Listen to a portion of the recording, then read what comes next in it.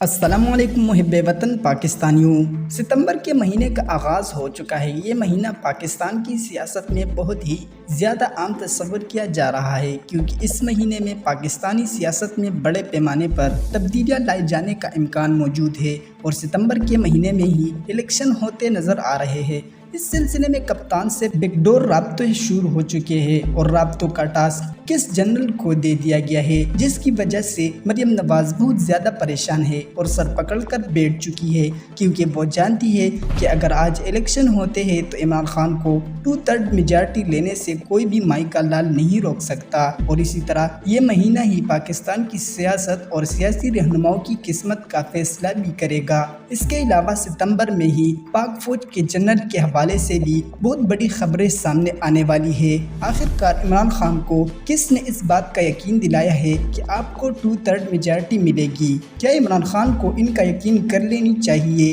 کیا پہلے کیے گئے وعدے پورے ہوئے ہیں یا کہ ایک نئی چال عمران خان کے گیٹ چلائی جا رہی ہے؟ عمران خان بھی ان مہینوں میں بہت ہی زیادہ سیاسی طور پر پختہ ہو چکے ہیں اور وہ ہر چال کو 3 طریقے سے دیکھتے ہیں۔ اس کے علاوہ باجوہ فوج کے حوالے سے ہی ستمبر میں بہت بڑے فیصلے کرنے جا رہے ہیں، اور پھر اس سارے بدلتے ہوئے سیاسی منظرنامے میں باجوہ کا کردار کیا ہوگا؟ سوالات بہت زیادہ ہیں، لیکن اسلام آباد کے حلقے میں اس بات کا اندیہ دے رہے ہیں کہ ستمبر کا مہینہ پاکستان کے لیے خوشحالی لے کر آئے گا۔ 6 ستمبر کو عمران خان ممنوعہ فنڈنگ کیس، جس کو یہ لوگ فارن فنڈنگ کہتے ہیں، الیکشن کمیشن کے سامنے پیش ہوں گے، اور 8 ستمبر کو توہین عدالت کے کیس میں اسلام آباد ہائی کورٹ میں عمران خان کو جواب جمع کروانا ہے۔ مریم نواز اور زرداری پھر سے پوری طرح ایکٹیو ہو چکے ہیں، کیونکہ یہ سب لوگ جانتے ہیں کہ اگر عمران خان کی آج فوج سے صلح ہو جاتی ہے تو ان کے پاس کیا ہوگا۔ انہوں نے اقتدار حاصل کرنے کے لیے کچھ بھی کھو دیا ہے اور آج پہ ان کا دامن خالی ہے۔ اس کے علاوہ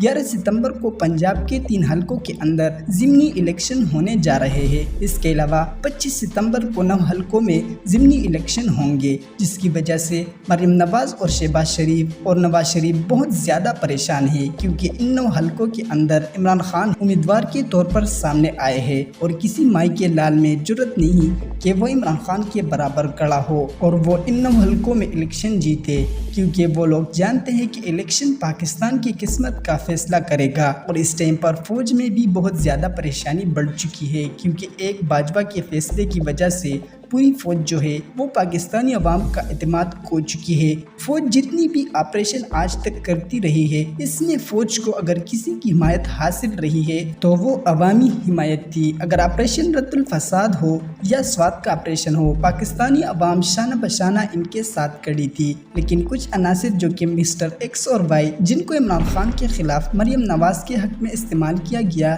اس کے بعد حالات جو ہے وہ یکسر تبدیل ہو چکے ہیں۔ فوج جو ہے بذات خود پاکستانی عوام آج بھی اس کے ساتھ ہے، لیکن ایک شخص باجوہ، صرف اس کی وجہ سے جو ہے لوگ اب باجوہ پر بالکل بھی اعتماد نہیں کرتے، لہٰذا فوج کے اندر جو ہے وہ پریشانی بڑھ چکی ہے۔ اس لیے اب فیصلہ کیا گیا ہے کہ نہ زرداری، نہ نواز شریف، نہ مریم، نہ شہباز، ہمیں اگر اپنے ساتھیوں کو بچانا ہے اور اپنے اداروں کو مضبوط کروانا ہے تو ہمیں سب سے پہلے عمران خان کو 2/3 میجارٹی کے ساتھ واپس لانا ہوگا۔ اسی لیے کل جب عمران خان توہین عدالت کے مقدمے کے بعد واپس آتے ہیں تو ان کی ملاقات جنرل فیض سے ہوتی ہے، اور جنرل فیض کے ذریعے یہ عمران خان تک پہنچائی گئی ہے کہ آپ صرف ہمیں ایک بات کی ایشورٹی دیں کہ جس طرح عدلیہ کے خلاف یا فوج کے خلاف آپ کے تمام ممبران جو ہے وہ کچھ نہ کچھ بیانات دیتے رہتے ہیں، ان کو روکیے اور باقی جو کچھ بھی ہوگا اس کی ذمہ داری ہم لیتے ہیں۔ فی الحال عمران خان نے سوچنے کے لیے وقت لیا ہے،